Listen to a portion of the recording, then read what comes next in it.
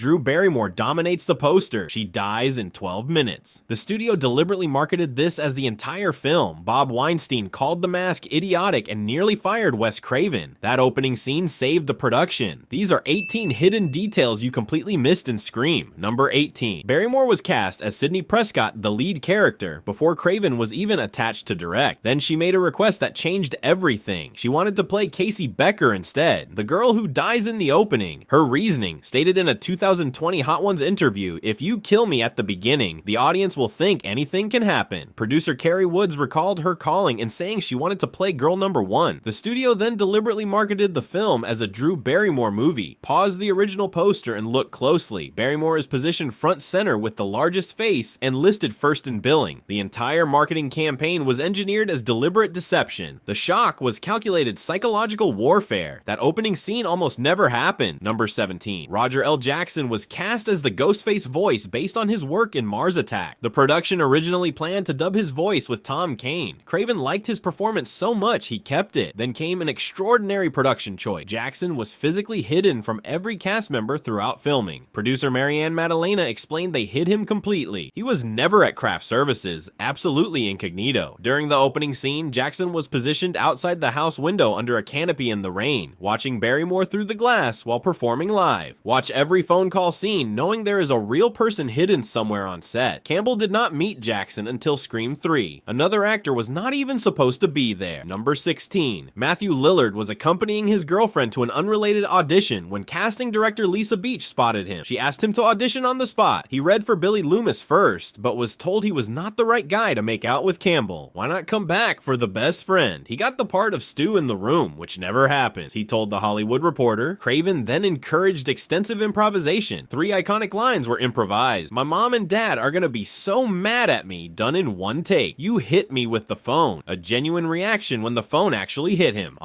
Houston, we have a problem when Stu discovers his gun is missing. Watch his face knowing those reactions are real. Number 15. Kevin Williamson's script specified only a masked killer with no visual description. During location scouting, Maddalena discovered the now iconic mask hanging in an abandoned house. It was a commercial Fun World product from 1991 called the Peanut-Eyed Ghost, designed by Brigitte Slayerton. Craven loved it, but could not initially secure licensing. He tasked KNBEFX Group with creating a legally distinct alternative. Sculptor Garrett Immel made a version with squintier eyes. Only 7 KNB masks were produced. The entire Casey Becker opening was filmed with the wrong mask. Craven reshot scenes once Fun World licensing was arranged. Pause during the opening sequence and compare the mask proportions to later scenes. Both masks appear in the final cut. Number 14. Cox was not considered for Gale Weathers. Her friend's persona made the production doubt she could play someone aggressive, so she took matters into her own hands. In a 2023 Variety interview, she revealed she had to write Craven a letter saying, "I know you do not think of me as this person, but trust me, I really can be an absolute bitch." Executive producer Carrie Woods championed her casting. David Arquette came in to audition for Billy, but lobbied for Dewey instead, reinterpreting the character as a guy who wants to be John Wayne, but has a heart of gold. Watch Cox and Arquette's first interactions, knowing their real-life romance began during filming. They married in 1999 and divorced in 2013. Number 13. Williamson was a broke screenwriter, house-sitting alone in 1994 when he watched an ABC Turning Point episode about Danny Rolling, the Gainesville Ripper who attacked 5 University of Florida students in 1990. The documentary showed Rolling using a screwdriver to pry open sliding doors. Williamson noticed an open window he did not remember leaving open, grabbed a kitchen knife, and called his friend David Blanchard. Their terrified conversation devolved into debating favorite horror movies. The next morning he wrote an 18-page treatment. Then he went to Palm Springs and wrote the full script in 3 days while listening to the Halloween score. The opening line is a direct dramatization of his real conversation. Every Ghostface quiz recreates that moment. Number 12. Marco Beltrami, 29 years old, had never even seen a horror film when he was hired. Assistant Julie Pleck discovered Beltrami through a service called Hollywood Online. He was shown the opening Drew Barrymore scene and given 1 weekend to score a 13.5-minute cue later dubbed The Cue from Hell for a Monday screening. He approached the score as if it were a Western, an unconventional choice that created the film's distinctive tension. Due to budget constraints, he worked with fewer than 50 musicians. He deliberately avoided giving Ghostface a musical motif because it would hint at the killer's identity. Listen to the opening knowing it was written in a single weekend by someone who had never watched horror. Number 11. Rose McGowan's garage death was filmed in a freezing garage. garage. The pet door concept was not in the original script. The door was supposed to come down on Tatum's neck after a fistfight. The pet door idea came from one of Williamson's assistants. The problem? McGowan was thin enough to actually fit through the dog door and kept falling out. The crew had to nail her shirt to the inside of the door frame. McGowan explained in Entertainment Weekly, "They had to nail my shirt onto the wood, otherwise I would flop out." She also shattered a camera lens throwing beer bottles at Ghostface. Watch the garage scene knowing her shirt is literally nailed to wood. Notice the position differences between shots. Production problems were about to get worse. Number 10. During the finale, Campbell's stunt woman wearing the Ghostface mask stabs Billy with a retractable umbrella. The second thrust missed Skeet Ulrich's protective vest and struck his chest on the exact spot where he had open heart surgery at age 10. A stainless steel wire from the surgery remains there. Contact causes excruciating pain. From Craven's DVD commentary, it is a very real reaction. He kept the take. When Ghostface crashes through the window in the opening and Casey hits him with the phone, that is Craven himself in the costume. Watch the umbrella stabbing in the finale. Ulrich's scream and recoil are authentic pain. Then watch the window smashing knowing it is the director behind the mask. Number 9. Drew Barrymore refused to use glycerin for fake tears. The night before filming, she told Craven about a newspaper story she had read about a boy who set a dog on fire. As an animal lover, she broke down telling it and gave him permission to use it as a trigger. From the DVD commentary, every time I needed her over that edge, I would just say Drew lighting the lighter and she would burst into tears. Separately, prop master JP Jones forgot to unplug the phone line. Barrymore actually dialed 911 multiple times while screaming. Real operators heard what sounded like a murder in progress. Police called the set demanding answers. Rewatch the opening knowing every tear is real. Number 8. Neither Craven nor cinematographer Mark Irwin had extensive experience with anamorphic lenses. The crew raised concerns about lens flares and out-of-focus footage. Editor Patrick Lussier noted that focus was supposed to be on somebody's eye, but the focus puller kept missing, which limited editing options. When ordered to fire his camera crew, Irwin retorted they would have to fire him too. They did. He was replaced by Peter Deming with roughly 1 week of shooting remaining. Deming worked on all subsequent Scream films. The finale at Stu's house was shot by a different cinematographer than the rest of the film. Watch for subtle changes in lighting style compared to earlier scenes. The biggest threat was not technical. It was Bob Weinstein's phone call. Number 7. After viewing the first week of dailies, Bob Weinstein was furious. He called Craven's work workmanlike at best and declared the mask goofy. He later admitted, "I thought people would laugh at it." He sent Craven dailies from other films like Night Watch with the message, "This is how a movie is made." The studio actively considered firing him. Williamson watched Craven receive the call. "I just saw his back slump. He started sliding down the chair." Craven and Lussier worked around the clock to assemble a rough cut of the opening 13 minutes with temporary music. The Weinsteins barred Craven from the screening. After viewing it, Weinstein reversed course. "What do I know about daily? Keep going." Suddenly there was money for an orchestra. Number 6. The 42-minute climax at Stu's party, labeled Scene 118, was filmed over 21 consecutive nights in Tamales, California. Cast and crew received I Survived Scene 118 t-shirts. The fake blood could not be washed from costumes between nights. The art department had painted Stu's house walls red, then realized this made blood harder to see. When Ulrich stabs a sofa, the filmmakers did not know it was stuffed with feathers, which stuck to the fake blood. Meanwhile, the Santa Rosa City School District withdrew filming permission after discovering the violent content. Craven relocated school scenes and inserted into the end credits, "No thanks whatsoever to the Santa Rosa City School District Governing Board." Watch the finale knowing the feathers are an accident. Number 5. Scream was initially rated NC-17, box office suicide. The MPAA told Craven it would never receive an R rating. The film was submitted up to 9 times with incremental cuts. Specific cuts demanded included visible movement of Steve Orth's internal organs removed, and Kenny's throat slitting trimmed because the actor's expression was too disturbing. The board also targeted Billy's line, "Movies do not create psychos. Movies make psychos more creative." Williamson revealed this was the entire film's thesis. "That was the line I had written on a note card and taped to my wall." Craven lied about the Casey Becker slow motion stabbing, claiming he only had 1 take. The resolution came when Weinstein convinced the MPAA to view the film as a comedy. R rating granted. Number 4. Henry Winkler's character, Principal Himbry, was not in the original script. Weinstein noticed there were approximately 30 pages without a murder after the opening and insisted Williamson add another attack. This demand inadvertently solved a major plot problem. Williamson had been struggling to explain why partygoers would leave Stu's house before the finale. The announcement of Himbry's body on the football goalpost gave everyone a reason to flee. Winkler shared an agent with Craven and appeared as a favor. When Himbry opens his closet to check for intruders, look look closely. A black leather jacket resembling the Fonz's Happy Days jacket hangs inside. Studio interference inadvertently improved the film's structure by forcing a creative solution. Number 3. Both Dewey and Randy were supposed to die in the original script. Craven filmed alternate survival scenes just in case they proved popular with test audiences. They did. Williamson later called keeping Dewey alive the best decision we ever made. Both characters survived to anchor the franchise across multiple sequels. Watch the finale knowing these characters were dead in the first draft. Their survival was not part of the original plan. The audience demanded it. David Arquette and Jamie Kennedy were slated for single film appearances designed to heighten the body count. Instead, test screening cards changed the trajectory of the entire franchise. Creative decisions are not always made in writers' rooms. Sometimes they are made by strangers filling out comment cards. Number 2. Scream was released December 20th, 1996, counter-programming against holiday films. Opening weekend brought in $6.35 million, landing in 4th place. Variety declared the film dead on arrival. Then something extraordinary happened. Positive word of mouth drove the box office upward week after week. Second weekend, $9.1 million.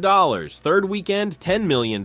It stayed in the top 10 for 9 weeks and remained in theaters for nearly 8 months, ultimately grossing $173 million worldwide on a $14 to $15 million budget. It became the highest grossing slasher film ever, a record it held until Halloween in 2018. Kennedy's first residual check was double his entire salary. The film was declared dead, then resurrected by audiences refusing to let it die. Number 1. Craven appears for approximately 1 second as janitor Fred, wearing a red and green striped sweater identical to Freddy Krueger's outfit from A Nightmare on Elm Street. He passes Himbry in the hallway before the principal's murder. Linda Blair from The Exorcist makes an uncredited cameo as the obnoxious reporter. She wears small crucifix earrings, a nod to her role as Regan McNeil. Billy Loomis shares his surname with Dr. Sam Loomis from Halloween and Psycho. During the party, Billy and Stu are the only characters who consistently wear black boots like Ghostface. The janitor cameo is at the midpoint. Blair appears in an orange blouse at the school. Watch Billy and Stu's boots throughout the party. The killer's boots were always there. Scream is a film saved by chaos. Studio interference added Himbry and fixed a plot hole. Budget constraints created a Western-influenced score. MPAA censorship forced intensity over gore. Test audiences resurrected dead characters. Every constraint became a creative solution. Every accident became iconic. Which hidden detail surprised you most? And what film should we open next?